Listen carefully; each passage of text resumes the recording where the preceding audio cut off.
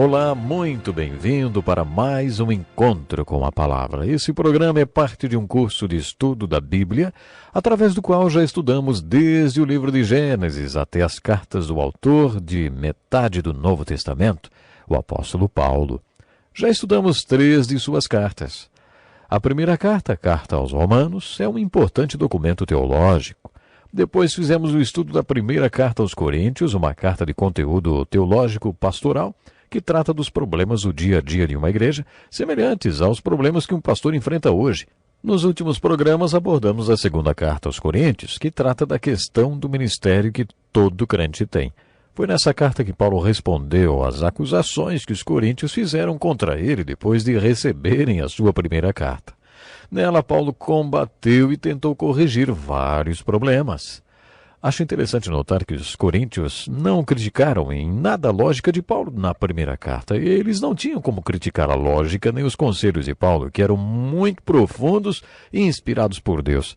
Eles atacaram a pessoa e suas credenciais como apóstolo, desafiando sua autoridade. Certifique-se de que você guardou o que Paulo falou nesta carta a respeito da tarefa e do treinamento do ministro, da sua confiança e do seu triunfo, da sua transformação, sua transparência e do seu tesouro da prova do ministro, das áreas difíceis e das áreas sensíveis do trabalho dele e, finalmente, da transcendência do ministro. Continuando o nosso curso, iniciamos o estudo de mais uma carta de Paulo. Desta vez, aos Gálatas. Este foi outro tipo de carta escrita pelo apóstolo Paulo. Vou contar um segredo a você. Dos 66 livros da Bíblia, as cartas de Paulo são os meus preferidos livros. Elas são muito profundas. Todos os livros são inspirados, mas a lógica de Paulo faz de suas cartas documentos profundos e, ao mesmo tempo, muito práticos. Uma é diferente da outra. Uma é pastoral, outras cartas abordam o ministério e a mordomia, outras princípios teológicos. E agora iniciaremos um tipo diferente de carta, uma carta emocional. Paulo estava bravo quando escreveu para os Gálatas.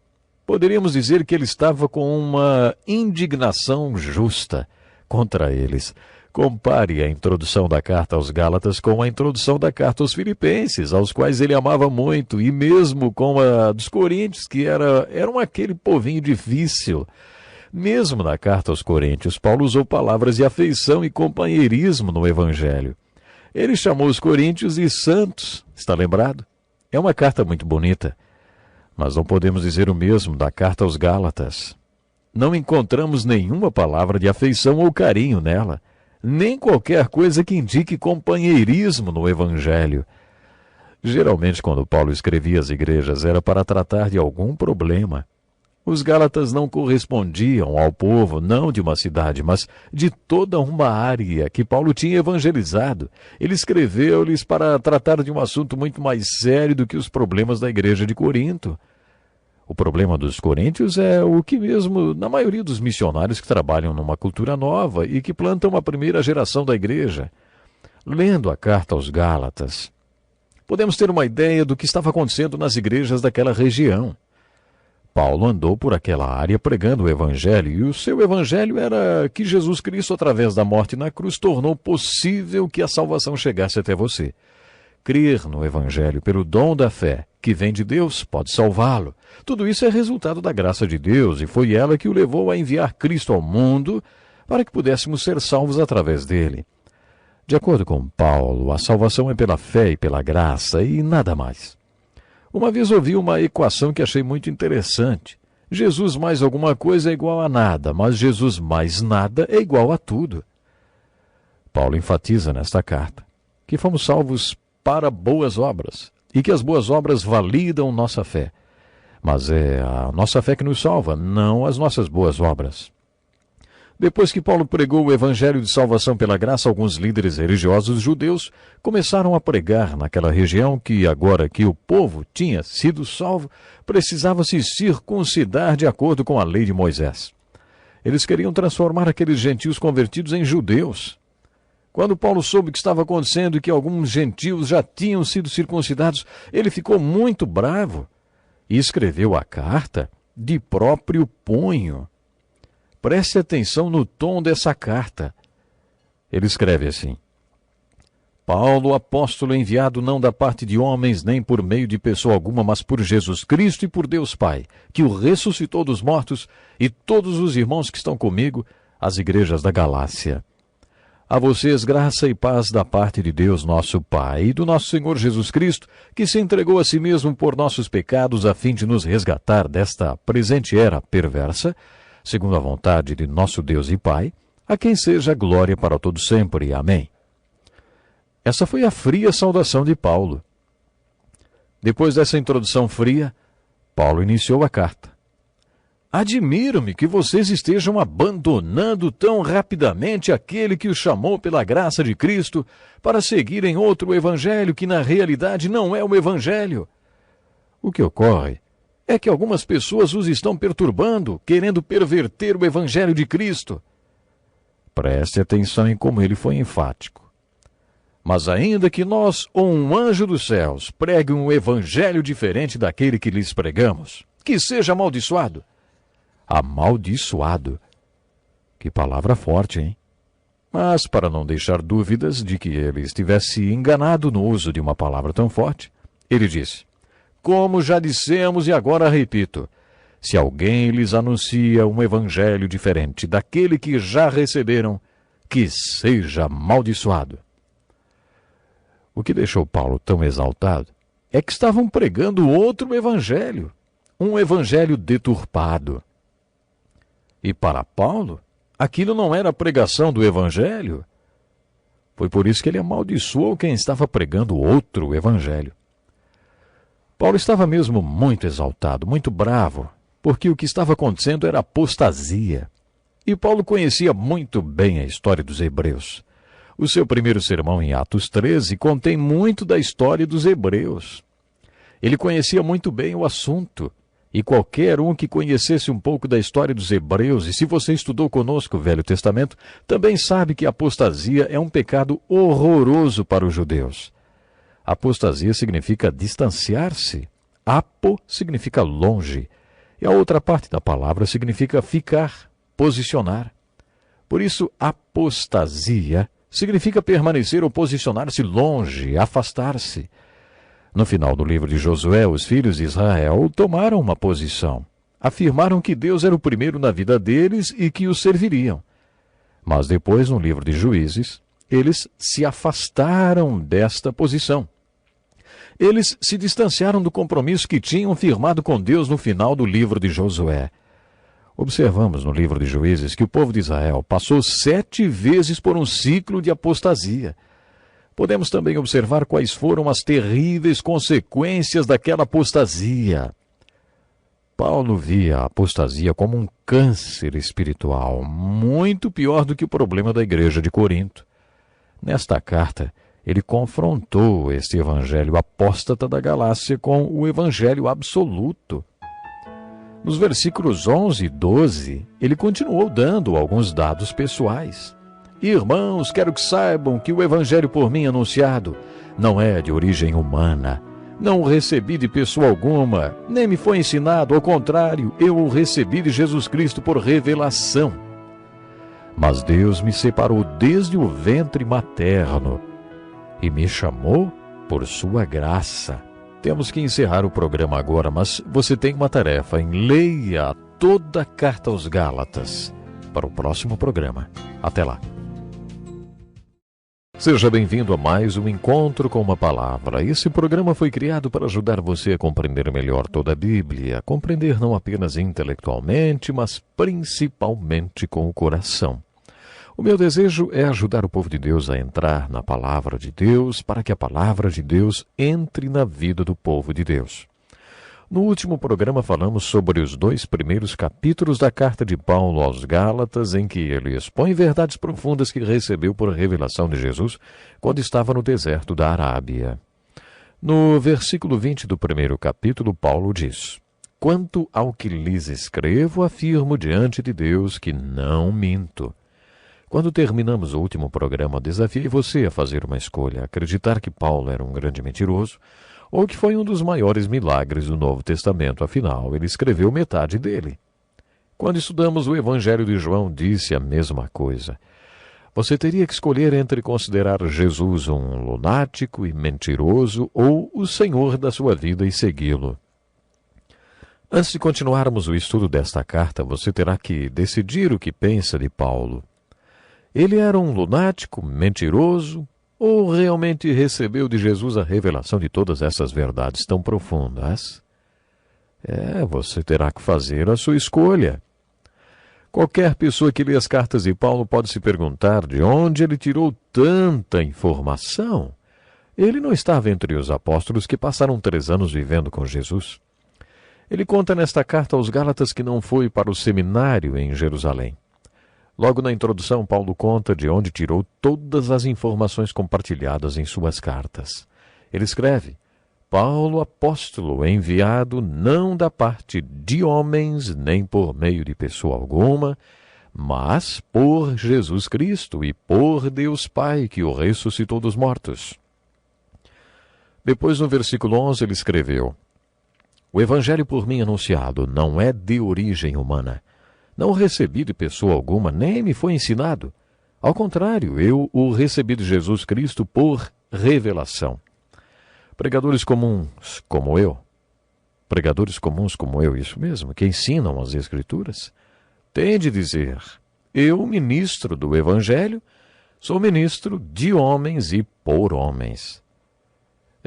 De homens, porque fui ordenado por homens. Outros homens puseram suas mãos sobre mim e reconheceram o meu chamado de Deus para o ministério. Você já me ouviu fazer referência ao professor J. Vernon McGee? Junto com tantos outros, ele foi um dos professores que me ensinaram as Escrituras. Por isso que estou ensinando para você é de homens e por homens. Mas quando Paulo escreveu aos Gálatas, ele disse: O evangelho por mim anunciado, eu o recebi de Jesus Cristo por revelação. Com isso, Paulo estava dizendo que ele não tinha aprendido com homens, nem tinha sido ordenado por homens, mas recebeu revelação direta de Jesus Cristo. Ele estava dizendo que era apóstolo de Jesus Cristo. O próprio Jesus o tinha comissionado e ordenado apóstolo. No capítulo 2, ele conta que depois de 14 anos foi para Jerusalém e se encontrou com os apóstolos. Ele diz que foi por revelação, o que quer dizer que o Espírito o levou a Jerusalém. Os apóstolos sabiam que Paulo estava indo para lá porque o Espírito os tinha avisado. Paulo conta sobre este encontro. Reconhecendo a graça que me fora concedida, Tiago, Pedro e João, tidos como colunas, estenderam a mão direita a mim e a Barnabé em sinal de comunhão. Eles concordaram em que devíamos nos dirigir aos gentios e eles aos circuncisos. Isso é intrigante. Primeiro tenho que fazer uma pergunta. Como Paulo provou que aqueles apóstolos, como ele provou para eles que ele era tão apóstolo quanto eles? O que Paulo quis dizer quando escreveu, reconhecendo a graça que me fora concedida? O que os apóstolos viram que os convenceu que Paulo era um apóstolo como eles? A palavra charis significa graça. Chamamos a atuação da graça na vida de uma pessoa de carisma. Os apóstolos devem ter visto os dons do Espírito em Paulo e também demonstrações carismáticas, que mostraram que a graça tinha sido derramada sobre ele, que o Espírito Santo também estava nele e sobre ele, da mesma forma que estava neles e sobre eles. Os apóstolos tinham vivido com Jesus durante 3 anos, e Paulo deve ter dito que também tinha vivido durante 3 anos com Jesus. Paulo deve ter compartilhado com os apóstolos muitas coisas que ele aprendeu com Cristo. Não importa como, Paulo demonstrou aos apóstolos que ele era apóstolo tanto quanto eles. Os apóstolos estenderam a mão direita sobre Paulo e Barnabé em sinal de comunhão e disseram: Você é tão apóstolo como nós somos. Você será apóstolo para os gentios, para o mundo pagão e não judeu. Nós fomos chamados para ser apóstolos para os circuncisos, para os judeus. Eu não teria feito assim. Tem horas que tenho vontade de falar assim para o Senhor. Espera aí, Deus, eu acho que as coisas têm de ser completamente diferentes. Imaginem, Paulo era fariseu, costumava sentar-se aos pés de Gamaliel. Naquela época, sentar-se aos pés de Gamaliel era como estudar em Harvard. Paulo teve a melhor formação teológica que um judeu da época poderia ter e também tinha sido membro do Sinédrio. Eu teria mandado para os judeus, e Pedro, aquele pescador analfabeto, teria enviado para os povos gentios e pagãos. Eu teria dito a Pedro: Pedro, você vai pregar para os gentios porque eles não entendem nada de teologia, nem de linguagem judaica. E teria mandado o doutor em teologia, o rabino Paulo, para os judeus. Mas Deus fez exatamente o contrário. Mandou o rabino, o doutor da lei, para os pagãos, como os coríntios, aproveitadores, e para outros povos bárbaros. E mandou o pescador analfabeto para pregar para os rabinos. O terceiro capítulo de Atos descreve Pedro e João sentados no meio do sinédrio e todos maravilhados com a sabedoria, a coragem e o equilíbrio deles ao responderem a todas as perguntas que lhes eram feitas. Diante de suas respostas, a única conclusão que os homens do sinédrio podiam tirar é que aqueles homens realmente tinham estado com Jesus. Era a única maneira de explicar tanta sabedoria. É assim que Deus trabalha. Apesar de John Wesley ter se formado em Oxford e de ter tido uma excelente atuação e inspirado por George Whitefield, pregou para trabalhadores simples do campo e de minas de carvão para pessoas que tinham pouca educação. Os dois pregadores formados pela Universidade de Oxford foram chamados para pregar para trabalhadores em minas de carvão. Eles puderam ver os rostos daqueles mineiros cobertos de carvão serem lavados por lágrimas, enquanto o evangelho era pregado e muitos se convertiam. Mais ou menos 100 anos depois, Deus levantou um homem chamado Dwight Moody, que não tinha nenhum estudo e que trabalhava como vendedor de sapatos para pregar na mesma Universidade de Oxford. Sua gramática era terrível, mas mesmo assim, quando pregava, os estudantes da Universidade de Oxford se convertiam. Moody pregou na Inglaterra e muitos profissionais e acadêmicos se converteram. No começo, a plateia se chocava com sua maneira de se expressar e talvez até se perguntavam o que aquele fazendeiro americano tinha para lhes falar. Mas depois de 10 minutos ninguém se lembrava quem era Moody. Era como se ouvissem outra voz e antes de se darem conta, se convertiam. Acho que Deus tem um senso de humor muito bom. Acho que Deus gosta de pegar pessoas como George Whitefield e John Wesley, com excelente formação acadêmica, e levá-los para pregar para trabalhadores simples de minas de carvão. Ao mesmo tempo, Deus também gosta de usar homens simples como Moody para pregar na Universidade de Oxford e em auditórios da Inglaterra. Deus fez a mesma coisa com o rabino Paulo, que pregou para os gentios, e com Pedro, o pescador analfabeto, que pregou para os rabinos. Nos capítulos 1 e 2 de Gálatas, Paulo conta que é assim que Deus trabalha. Nestes 2 capítulos, ele trata da questão do evangelho apóstata. Ele chama esse evangelho apóstata de outro evangelho. Não existe outro evangelho. Existe apenas um, o que Paulo pregou quando estava na Galácia. De acordo com Paulo, esse outro evangelho é apóstata, e qualquer um que pregar outro evangelho deveria ser amaldiçoado. Para que ninguém tivesse dúvida, ele falou isso 2 vezes. Depois, confrontando esse evangelho apóstata, ele falou sobre o seu evangelho. Ele diz: eu não aprendi este evangelho em nenhuma escola de rabinos, também não aprendi de homem nenhum. Não precisei ler livros para aprender sobre ele. Eu o recebi de Deus. Jesus o revelou para mim enquanto eu estava na Arábia, e este é o único evangelho que prego. É um evangelho único e absoluto. Como já mencionei, a carta aos Gálatas foi a única carta que Paulo escreveu de próprio punho. Para todas as outras cartas ele contou com um escrivão. Você está lembrado que ele tinha um problema da visão? Ele precisava mesmo de alguém que escrevesse para ele. Podemos concluir que o seu espinho na carne era um problema de visão que o levou a quase completa cegueira. Paulo diz que escreveu esta carta de próprio punho. Ele estava tão bravo que nem conseguiu esperar o escrivão chegar. Talvez nos últimos capítulos da carta ele tenha usado letras garrafais, porque mal consegui enxergar. Tudo que falamos até agora sobre a carta de Paulo aos Gálatas foi apenas uma introdução. O conteúdo desta carta é muito semelhante ao da carta aos Romanos. Poderíamos até intitulá-la Carta de Síntese da Carta aos Romanos. Paulo estava muito tocado emocionalmente quando a escreveu. Mas por que ele estava tão emocional, vamos dizer assim? Porque a mensagem da graça que ele tinha pregado estava sendo contaminada. Lembre-se que estas cartas não foram organizadas na Bíblia de acordo com a data em que foram escritas. Elas foram compiladas conforme o seu conteúdo. Os estudiosos não sabem afirmar, com certeza, onde Paulo estava quando escreveu esta carta, mas é certo que ele a escreveu na sua terceira viagem missionária. Alguns dizem que foi em Filipos, outros em Éfeso e outros em Corinto. Diante de tantas opiniões, só podemos concluir que ninguém sabe onde ele estava quando escreveu esta carta. Podemos fazer um estudo muito interessante se compararmos a carta aos Gálatas com o livro de Juízes no Velho Testamento. Você deve se lembrar que o livro de Juízes mostra que as consequências da apostasia são terríveis. E ainda hoje são. Se você não crê nas Escrituras, vai pregar sobre o quê? O que acontece se você não pregar o Evangelho nem as Escrituras? Este é o assunto da carta aos Gálatas. Nela, um evangelho apóstata é exposto pelo evangelho absoluto, pregado por Paulo quando ele esteve na Galácia. É uma pena, mas o meu tempo acabou. Antes de encerrar, quero passar uma tarefa para ser feita por você até o próximo programa. Vimos que Paulo estava muito bravo, porque o evangelho estava sendo confundido.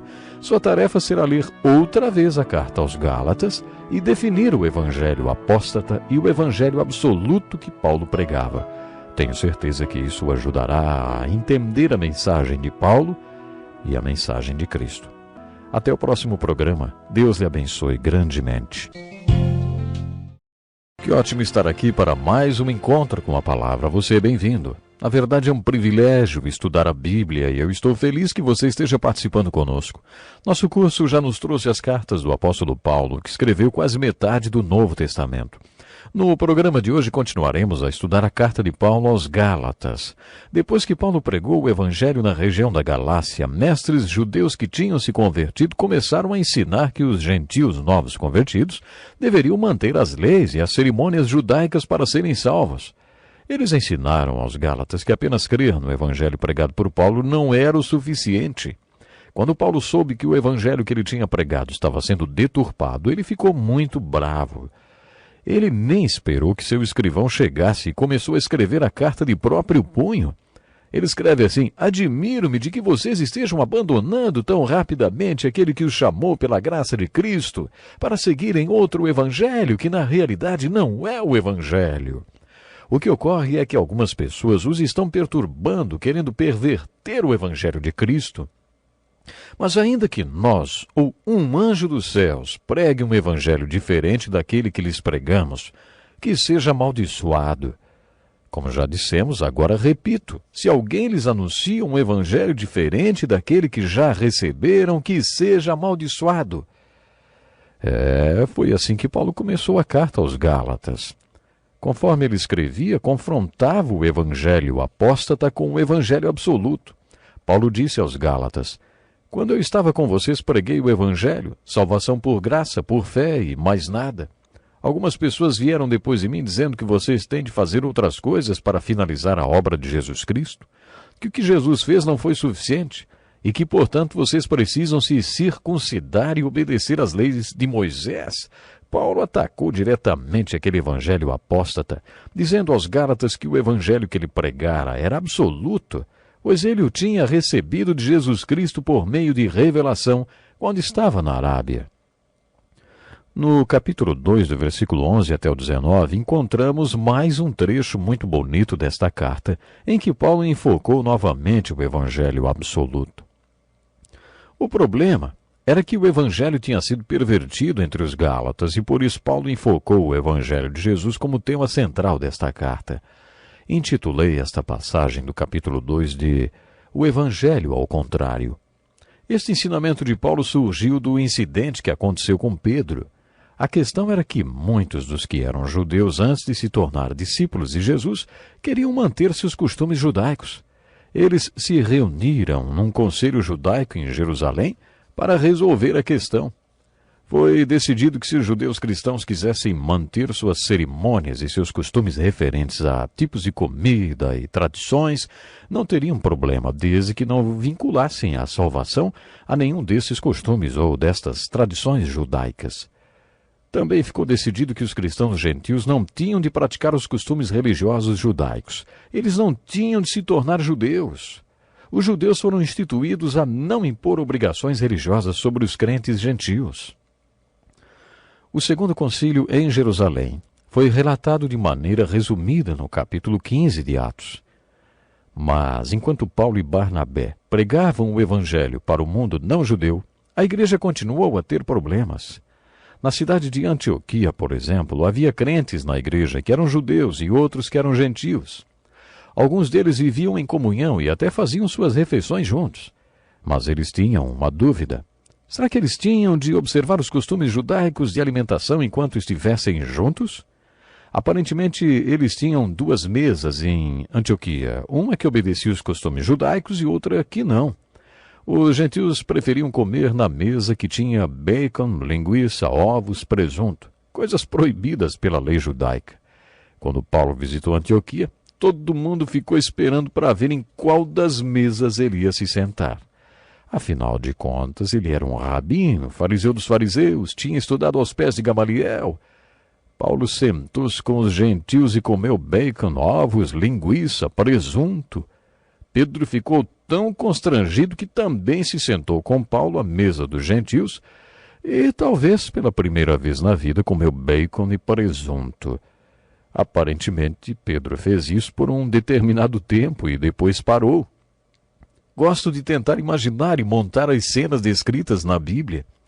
Um dia o apóstolo Paulo deve ter se sentado na mesa dos gentios e alguns dos judeus que mantinham os costumes judaicos apareceram na porta. Imagino que Pedro estava bem no meio de uma dentada de um daqueles presuntos quando os judeus apareceram. Aí Pedro saiu daquela mesa e foi para a mesa dos judeus. Barnabé ficou constrangido e seguiu Pedro. Alguns dos judeus que estavam com Paulo na mesa dos gentios também se levantaram e foram para a mesa dos judeus. Quando Paulo se virou, viu o grupo de judeus entrando pela porta e ficou furioso. Ele contou este episódio em Gálatas 2, versículos de 11 a 13. Ele escreve assim: quando, porém, Pedro veio a Antioquia, enfrentei-o face a face, por sua atitude condenável. Pois antes de chegarem alguns da parte de Tiago, ele comia com os gentios. Quando, porém, eles chegaram, afastou-se e separou-se dos gentios, temendo os que eram da circuncisão. Os demais judeus também se uniram a ele nessa hipocrisia, de modo que até Barnabé se deixou levar. Paulo acabou confrontando Pedro. Ele diz: sabemos que ninguém é justificado pela prática da lei, mas mediante a fé em Jesus Cristo, para sermos justificados pela fé em Cristo e não pela prática da lei, porque pela prática da lei ninguém será justificado. Se, porém, procurando ser justificados em Cristo, descobrimos que nós mesmos somos pecadores, será Cristo, então, ministro do pecado? Em outras palavras, Paulo estava dizendo: se eu confio em Cristo para me salvar e ainda assim preciso dessa lei para me salvar, então Cristo morreu à toa. Deus proíbe. Que coisa terrível para se dizer! Uma das verdades teológicas mais profundas foi jogada na cara de Pedro por Paulo, bem ali, na mesa de refeição em Antioquia. Foi neste contexto que Paulo apresentou o chamado Evangelho ao contrário. Depois dessa discussão com Pedro, Paulo declarou no versículo 20 do capítulo 2: fui crucificado com Cristo. Assim já não sou eu quem vive, mas Cristo vive em mim. A vida que agora vivo no corpo, vivo-a pela fé no Filho de Deus, que me amou e se entregou por mim. Não anulo a graça de Deus, pois se a justiça vem pela lei, e Cristo morreu inutilmente.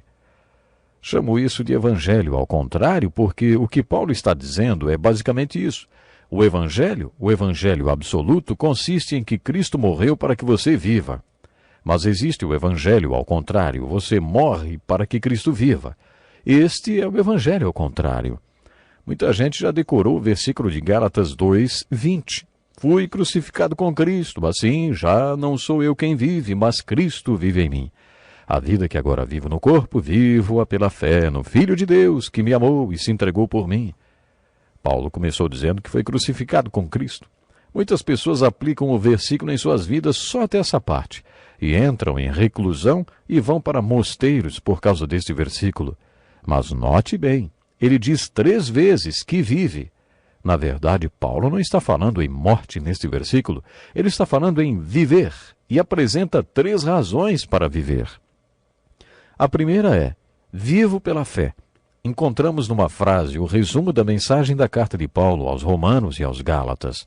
Eu vivo pela fé, não vivo tentando encontrar uma maneira de ir para o céu, tentando cumprir leis e regras impossíveis de serem cumpridas. Eu vivo pela fé em Cristo. Em segundo lugar, vivo porque Cristo vive em mim. Foi o que Paulo pregou. Vocês ainda não perceberam que Cristo vive em vocês e que vocês são templo de Deus? Cristo vive em você e é a esperança de glória. Eu vivo pela fé no Filho de Deus. Eu vivo porque fui crucificado.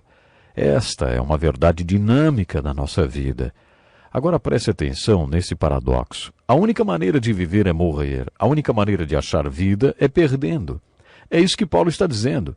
A nossa vida é como a areia numa ampulheta. Não dá para impedir que a vida escorra, mas você corre o risco de usá-la mal ou derramá-la da maneira errada por causa de propósitos que não valem a pena.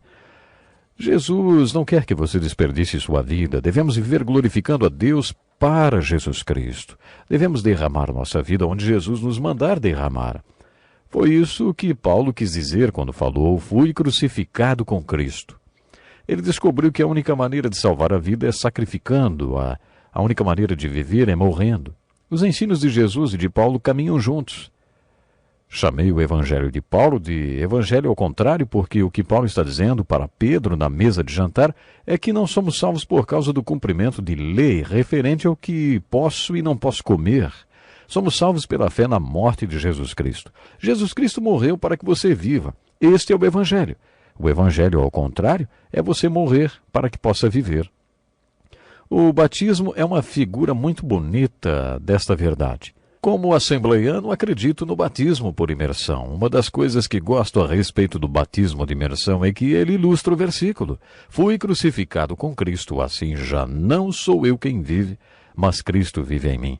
A vida que agora vivo no corpo, vivo-a pela fé no Filho de Deus que me amou e se entregou por mim.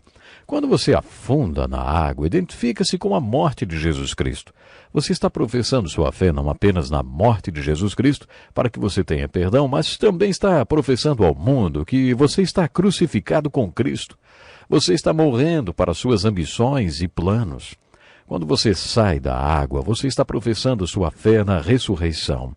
Você está declarando ao mundo que você ressuscitou com Cristo. Este é o Evangelho, ao contrário. Cristo morreu para que você viva, e agora você morre para que Cristo viva através de você. O versículo de Gálatas 2:20 é o resumo do livro de Romanos. Quando Paulo disse, vivo-a pela fé, ele sintetizou os primeiros 4 capítulos de Romanos.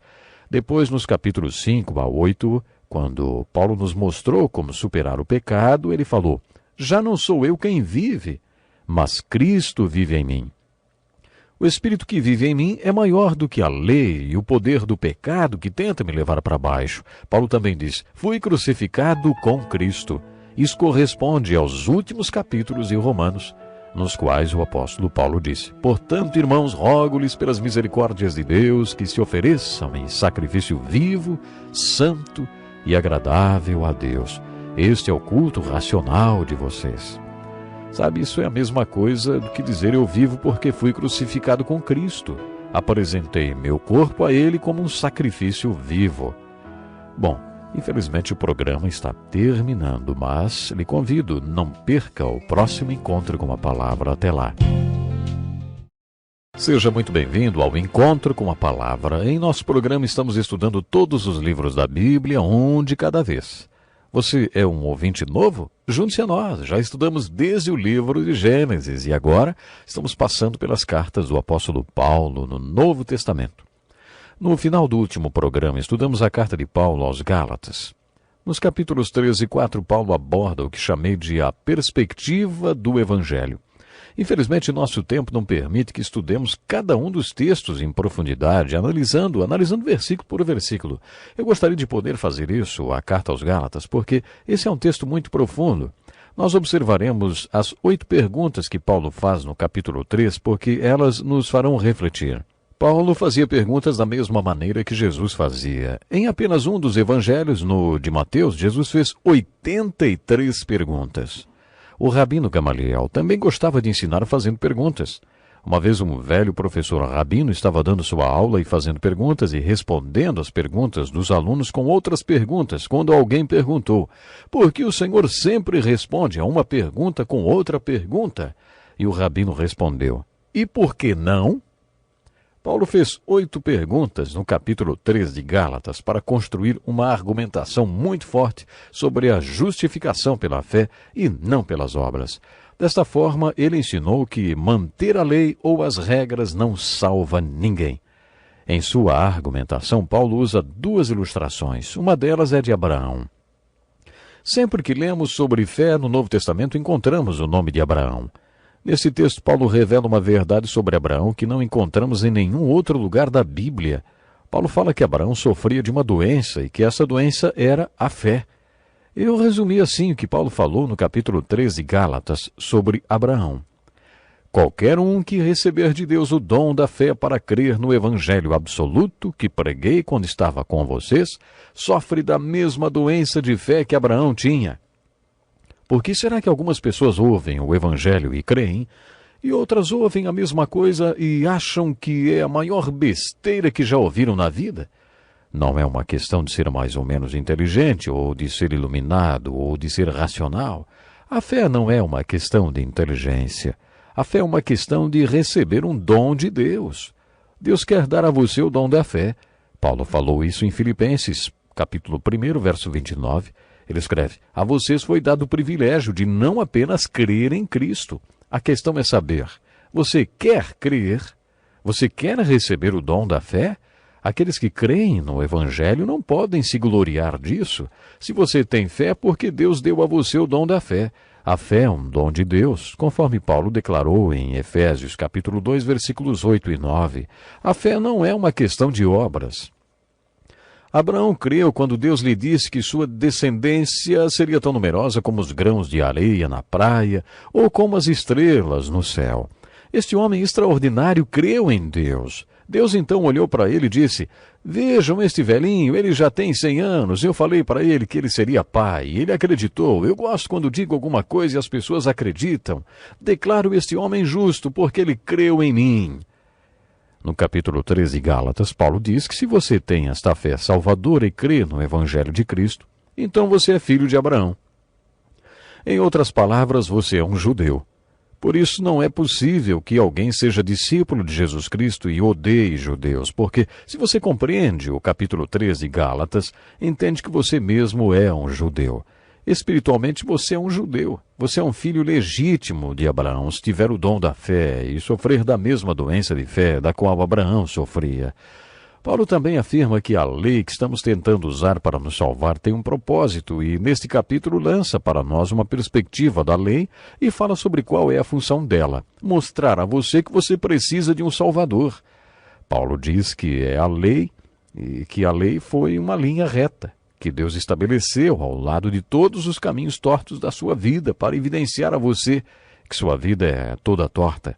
A lei não veio para salvar, mas para mostrar que você jamais poderá ser salvo cumprindo a lei. A pergunta que Paulo faz nesta parte do texto é: se você podia ser salvo através do cumprimento da lei, por que Cristo teve que morrer na cruz?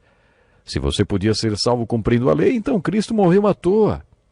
Deus não teria mandado seu filho para morrer na cruz se você pudesse ser salvo cumprindo a lei. Não seria muito inteligente da parte de Deus mandar Jesus para morrer na cruz se você pudesse resolver o problema cumprindo toda a lei? Se você acha que boas obras podem salvá-lo, como você sabe que já fez uma quantidade suficiente de boas obras para ser salvo, como você sabe se já atingiu o número suficiente de pontos ou não, hein? São estas questões que encontramos no capítulo 3 de Gálatas. Quando Paulo coloca a lei em perspectiva, ele fala que a lei tem o seu propósito e sua função. Paulo foi criado numa casa de romanos e teve uma ótima educação. Provavelmente ele foi educado seguindo o costume da época por algum tutor particular que ensinava, disciplinava, educava, instruía e preparava a criança para exercer sua cidadania romana. Paulo dizia que este era o propósito da lei. A lei servia apenas como um tutor do povo escolhido de Deus que o preparava para a salvação.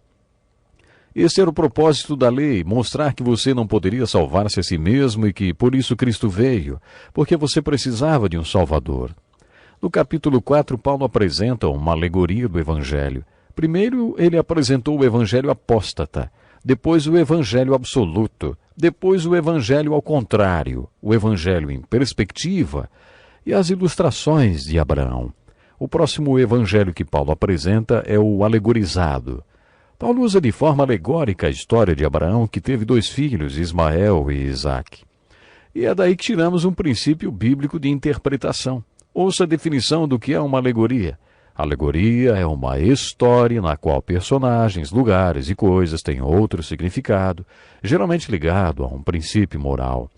Quando estudamos o Velho Testamento, vimos várias alegorias e veremos outras mais no livro do Apocalipse. No Evangelho de João, também vimos algumas porque ele escrevia usando figuras. Paulo afirma na carta aos Gálatas que Abraão tinha 2 filhos.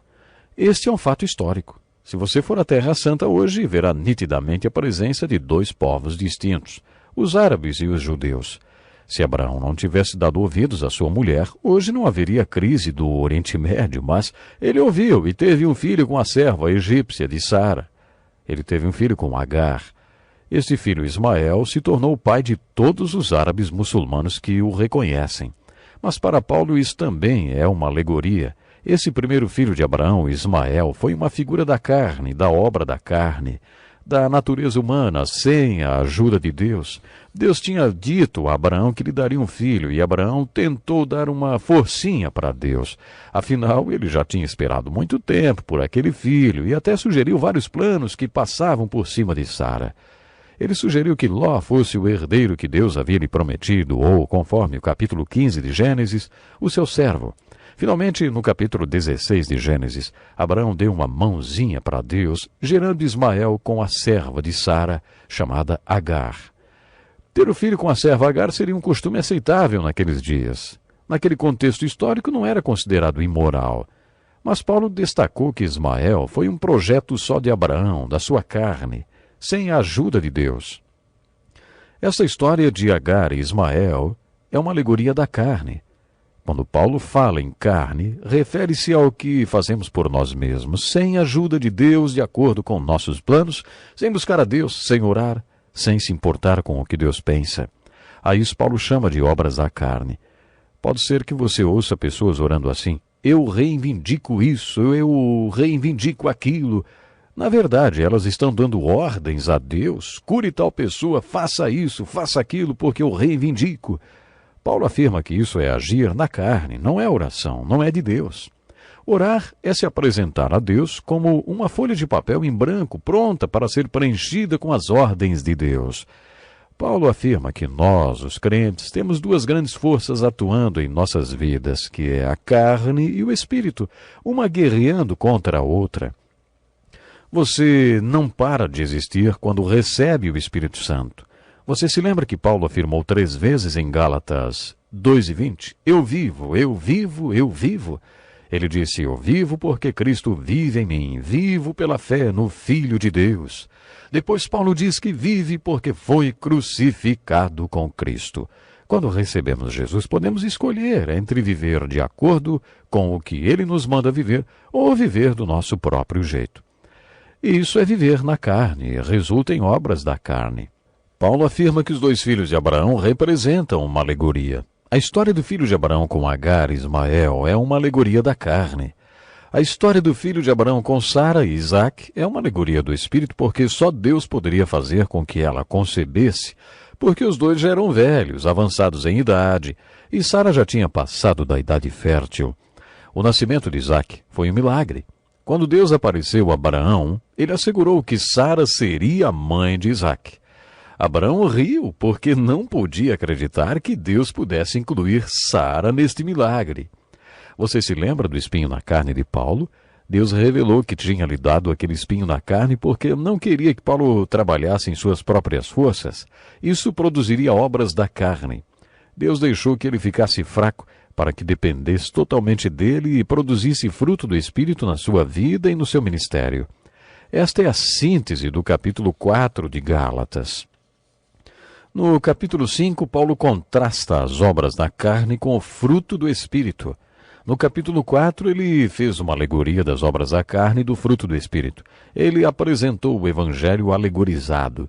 Ele disse que Abraão teve 2 filhos. O primeiro filho é uma alegoria da carne, mas o segundo filho é uma alegoria do Espírito. Paulo disse aos Gálatas e a nós que não fomos salvos graças ao nosso próprio esforço. Nosso próprio esforço não salva ninguém. Deus teve de nos salvar através de Jesus Cristo. O Espírito Santo nos deu a experiência do arrependimento e o dom da fé para que crescêssemos e recebêssemos a salvação de Deus. Esta é a essência da mensagem do Evangelho absoluto apresentado por Paulo na carta aos Gálatas. Infelizmente eu tenho que encerrar o programa agora, mas antes disso seja sincero comigo. Você achava que poderia ser bom o suficiente para seguir um monte de leis e regras e se salvar? Paulo diz que isso é obra da carne, você tem de nascer do Espírito. É Deus quem faz isso, é Ele quem faz isso em nossas vidas. Você já foi salvo milagrosamente por Deus? Se ainda não, fale com Ele. Diga que você quer que Ele o salve do poder do pecado e da morte. Que Deus possa lhe abençoar grandemente. Espero você para o próximo encontro com a palavra. Até lá. Seja bem-vindo a mais um encontro com a palavra. Estamos terminando o estudo da carta de Paulo aos Gálatas. Paulo encerrou esta carta contrastando as obras da carne e o fruto do Espírito. Ouça a comparação que ele fez destas duas forças que lutam entre si no crente. As obras da carne são manifestas: imoralidade sexual, impureza e libertinagem, idolatria e feitiçaria, ódio, discórdia, ciúmes, ira, egoísmo, dissensões, facções e inveja, embriaguez, orgias e coisas semelhantes. Eu os advirto como antes já os adverti: aqueles que praticam essas coisas não herdarão o reino de Deus. Mas o fruto do Espírito é amor, alegria, paz, paciência, amabilidade, bondade, fidelidade, mansidão e domínio próprio. Contra essas coisas não há lei. Agora que já estamos chegando ao final do estudo da carta de Paulo aos Gálatas, podemos concluir que o seu enfoque era o Evangelho. Os Gálatas estavam pervertendo o Evangelho que Paulo tinha pregado. Os judeus legalistas iam onde Paulo já tinha pregado e pregavam um evangelho diferente. No capítulo 1, Paulo enfocou o evangelho absoluto. No segundo, o evangelho ao contrário. No terceiro, ele colocou o evangelho em perspectiva. E no quarto, ele nos apresentou o evangelho alegorizado. Mas quando chegamos ao capítulo 5 e depois ao 6, nós nos deparamos com a abordagem do evangelho da colheita. Desta vez, Paulo usa a metáfora da semeadura e da colheita. Paulo usa a mesma alegoria que Tiago usou em sua epístola. O fruto da justiça semeia-se em paz para os pacificadores. Em outras palavras, a justiça vem à nossa vida se semearmos as sementes certas no jardim dela. Podemos semear sementes boas ou ruins. Paulo afirma que no jardim da vida temos 2 potenciais. Podemos plantar as obras da carne ou os frutos do Espírito. Quando as sementes do Espírito são plantadas no jardim da nossa vida, o resultado é Gálatas 5:22 e se chamam fruto do Espírito. Ouça com atenção o que Paulo fala nos versículos 16 a 26 do capítulo 5 de Gálatas. Vivam pelo Espírito, de modo nenhum satisfarão os desejos da carne. Pois a carne deseja o que é contrário ao Espírito, e o Espírito o que é contrário à carne. E preste bem atenção nisso. Eles estão em conflito um com o outro, de modo que vocês não fazem o que desejam.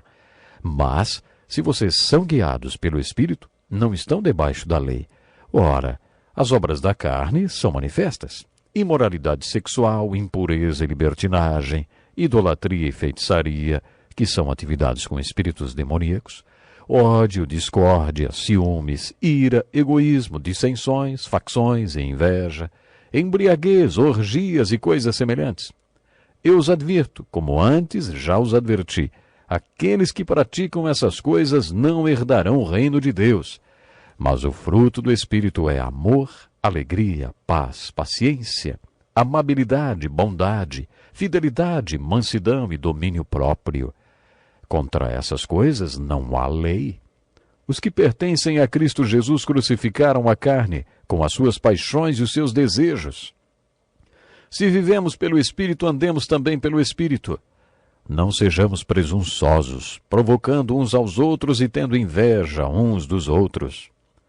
Esta passagem em que Paulo contrasta o fruto do Espírito com as obras da carne é demais. Paulo continua no capítulo 6, contando que o encontro com Jesus e com seu evangelho absoluto se dá na cruz. Ele conta sobre seu encontro com Jesus Cristo na cruz. Quanto a mim, que eu jamais me glorie, a não ser na cruz de nosso Senhor Jesus Cristo, por meio da qual o mundo foi crucificado para mim e eu para o mundo. O que Paulo está falando nos capítulos 5 e 6 de Gálatas é que quando entendemos o Evangelho de Jesus Cristo e temos um encontro com Ele aos pés da cruz, passamos a ter dentro de nós estes dois potenciais. Mesmo sendo crentes e espirituais e tendo recebido o Espírito Santo, podemos semear sementes das obras da carne nas nossas vidas e colher corrupção, ou podemos semear sementes do fruto do Espírito e colher criação. No final do capítulo 6, Paulo fala que a questão não é a circuncisão. A questão é ser nova criatura. Você é uma nova criação de Jesus Cristo? Em 2 Coríntios, Paulo descreveu a conversão ou o novo nascimento assim, se alguém está em Cristo, é nova criação. Foi isso que Paulo disse àqueles legalistas que estavam dizendo aos Gálatas que deveriam cumprir as leis judaicas e se circuncidar para serem salvos. Esta passagem dos capítulos 5 e 6 de Gálatas é muito parecida com a passagem dos capítulos 7 e 8 da carta aos Romanos, em que Paulo falou sobre as lutas do homem interior. Tenho o desejo de fazer o que é bom, mas não consigo realizá-lo. Pois o que faço não é o bem que desejo, mas o mal que não quero fazer. Esse eu continuo fazendo. Assim encontro essa lei que atua em mim. Quando quero fazer o bem, o mal está junto a mim. Paulo fala desta mesma verdade na carta aos Gálatas e na carta aos Romanos. Chamamos estas passagens de textos da santificação, nos quais Paulo ensina como estar separado para seguir a Cristo. Todas elas têm esse objetivo. Você pode semear as sementes certas no jardim da sua vida e colher criação chamada de vida eterna. A vida eterna é uma qualidade de vida eterna aqui nessa dimensão terrena e também a vida eterna para sempre na próxima dimensão, resultado de você ter semeado as sementes certas no jardim da sua vida. Por isso essas passagens foram escritas. Elas são muito reais e nos ensinam que, quando recebemos o Espírito Santo, nossa carne, nossa natureza humana, sem o cuidado de Deus, não é erradicada nem arrancada de nós. O mal está presente em você, conforme Paulo afirma em Romanos 7. Aqui em Gálatas 5, ele diz que estas duas naturezas estão em conflito dentro de você. Você nunca fica livre da pressão desta guerra no seu interior. Esta batalha diária em nosso homem interior é real. Há muitos anos, o chefe de uma tribo de índios tinha se convertido e o missionário que o tinha levado a Cristo voltou à tribo para uma visita. O missionário perguntou como iam as coisas e o chefe disse: "É como se existisse dois cachorros, um branco e um preto, brigando dentro de mim." O missionário perguntou qual dos dois estava ganhando a luta. O chefe respondeu: "Depende de qual eu alimento melhor." Olha só que princípio teológico importante, hein? Paulo está nos dizendo que temos duas naturezas em nosso homem interior, a carne e o espírito. Eles estão em guerra porque são contrários um ao outro. Existe um conflito acontecendo no homem interior de cada discípulo de Jesus. Muitos textos bíblicos que são usados em pregações evangelísticas foram escritos num contexto de ensino para os crentes. No Sermão da Montanha, Jesus fala sobre o caminho largo e sobre o caminho estreito. Muitos pregam sobre este texto dando uma conotação evangelística. Dizemos aos pecadores: você está no caminho largo que leva ao inferno, você precisa entrar no caminho estreito que leva para o céu. Quando estudamos o Sermão da Montanha, aprendemos a lição que foi dada aos discípulos, que mostra como ser parte da solução de Jesus Cristo e parte da resposta de Jesus Cristo para os problemas desse mundo. Jesus lhes disse que, como discípulos dele, eles poderiam achar que existia um jeito fácil de ser parte da sua solução. Eles poderiam andar pelo caminho largo e seguir o caminho com menos obstáculos, mas eles nunca seriam parte da sua solução desta forma. O caminho largo não leva a lugar nenhum. No capítulo 6 de Gálatas encontramos outro texto que é muito usado em pregações evangelísticas. São os versículos 7 e 8. Não se deixe enganar, de Deus não se zomba, pois o que o homem semear, isso também colherá. Quem semeia para a sua carne, da carne colherá destruição, mas quem semeia para o Espírito, do Espírito colherá a vida eterna. Esta é uma opção que os crentes, quem é espiritual, tem. Paulo disse aos Coríntios que o homem natural não recebeu o Espírito, por isso ele não pode entender as coisas espirituais. Um cachorro late porque é um cachorro. Um pecador peca porque é um pecador. É um homem não espiritual. O que mais ele poderia fazer se não pecar? Mas vocês que são espirituais, Paulo diz, podem escolher entre andar na carne ou andar no Espírito. Paulo diz que quando um homem espiritual anda na carne, ele é carnal. Você não tem de viver na carne, nem de andar na carne, nem de produzir obras da carne, mas pode escolher fazer isso porque é uma criatura com liberdade de escolha. Paulo diz que nós que somos espirituais devemos viver e fazer tudo no Espírito. Devemos plantar sementes espirituais nas nossas vidas e produzir fruto do Espírito porque temos o potencial para isso. Quando Paulo escreveu a segunda carta aos Coríntios, usou uma frase que tem sido um desafio na minha vida desde que eu me converti. Graças a Deus que sempre me conduz vitoriosamente em Cristo. O escritor e fundador de um instituto bíblico no estado americano da Carolina do Norte, Robert McQuilkin, escreveu um livro intitulado Sempre em Triunfo. Quando seu filho se tornou presidente desse instituto, disse-me que, quando pequeno, sempre viu seu pai em triunfo espiritual, sempre andando vitoriosamente com Cristo. Ele nunca o viu bravo, fora de controle, emburrado ou deprimido. Ele estava sempre vitorioso. Em seu livro, Robert McQuilkin afirma que é possível andar sempre vitoriosamente. Pela graça de Deus, ele conseguiu. Tenho 5 filhos e, infelizmente, e para minha vergonha, eles não podem dizer o mesmo de mim. Eles já me viram mais de uma vez fora da posição de vitória. Não que eu deva ser assim, só estou sendo honesto e transparente, confessando que não foi sempre que eu andei vitoriosamente. Mas creio de todo o meu coração que poderia ter andado sempre vitoriosamente. As Escrituras dizem que isso é possível. Você não precisa pecar. Devemos andar vitoriosamente, esta é a regra para o crente, para a pessoa espiritual. O anormal é falhar. Uma vez um fazendeiro me disse que se uma ovelha cair na lama, grita desesperada porque detesta a lama. O porco também vai gritar, mas de prazer, porque ele adora a lama. Esta é a diferença entre o homem espiritual e o homem natural. Não era normal para o filho pródigo aquele chiqueiro onde ele foi parar. Quando ele decidiu voltar para a casa de seu pai, lemos que ele caiu em si e disse para si mesmo, eu não pertenço a esse chiqueiro porque não sou um porco, sou um filho. Paulo afirma que o normal na vida cristã é o fruto do Espírito. As obras da carne não devem ser a regra para alguém que nasceu de novo, embora essa pessoa acabe produzindo também obras da carne. Podemos acabar fazendo qualquer uma dessas obras da carne, mas elas não são a regra para nós que nascemos de novo. Todo crente deve viver, pela graça de Deus, uma vida santificada. Gostaria que você pensasse nisso profundamente e não perca o próximo programa Encontro com a Palavra. Deus lhe abençoe e até lá. Seja bem-vindo a mais um Encontro com a Palavra. Nosso programa faz parte de um curso de estudo de todos os livros da Bíblia. Já estudamos todos os livros do Velho Testamento e agora estamos estudando as cartas do apóstolo Paulo no Novo Testamento. No programa de hoje concluiremos o estudo da carta de Paulo aos Gálatas.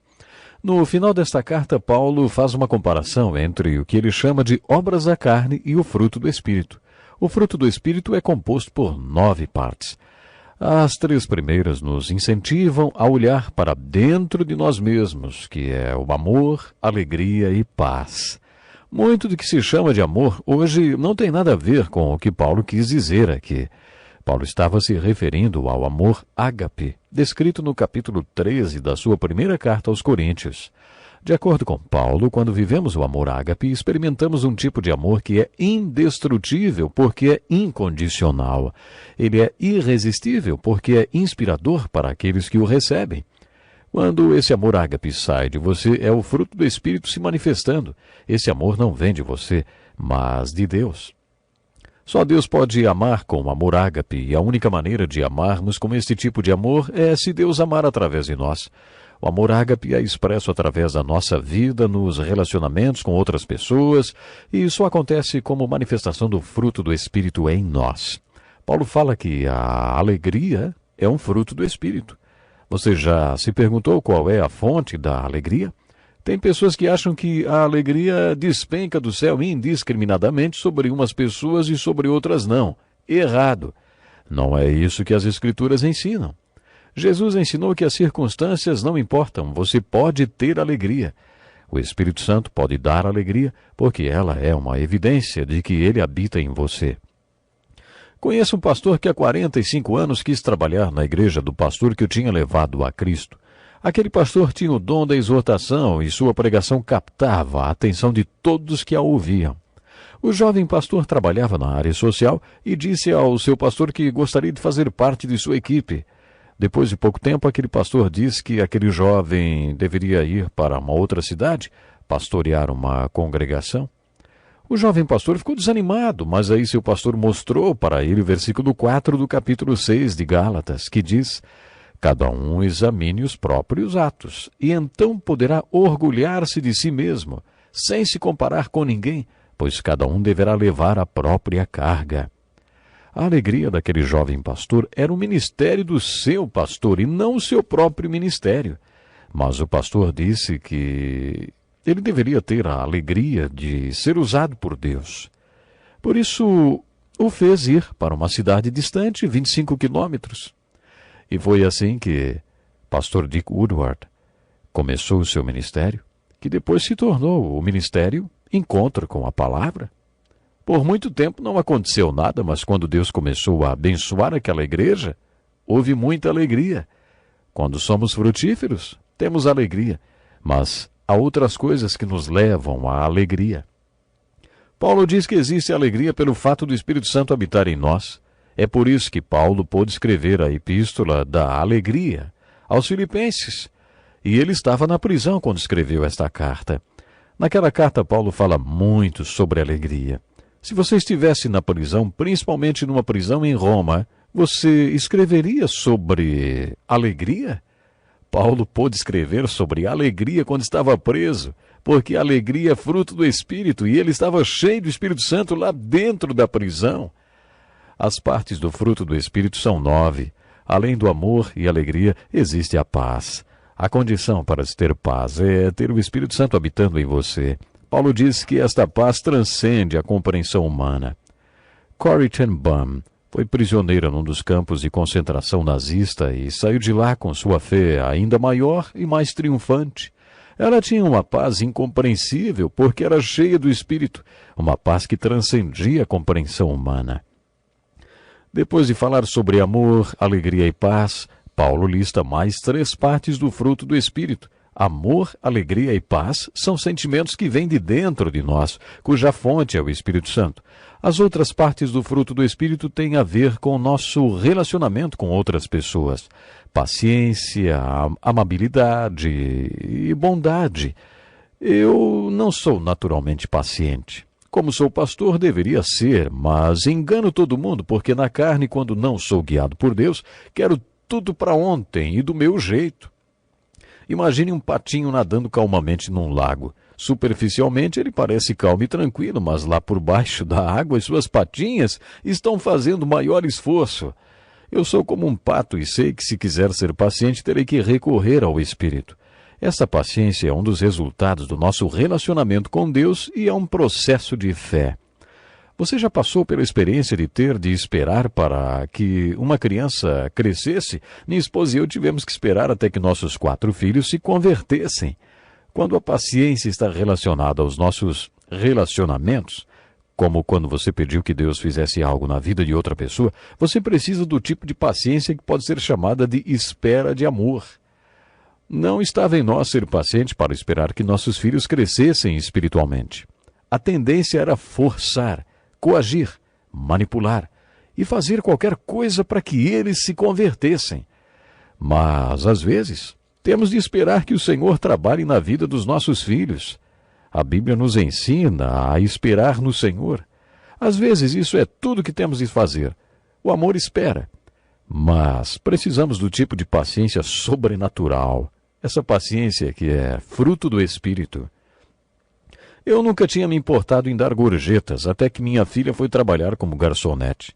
Quando eu comia onde minha filha trabalhava, dava uma boa gorjeta. Um dia, enquanto estava comendo num restaurante, dei conta de que deveria tratar todas as garçonetes como tratava minha filha.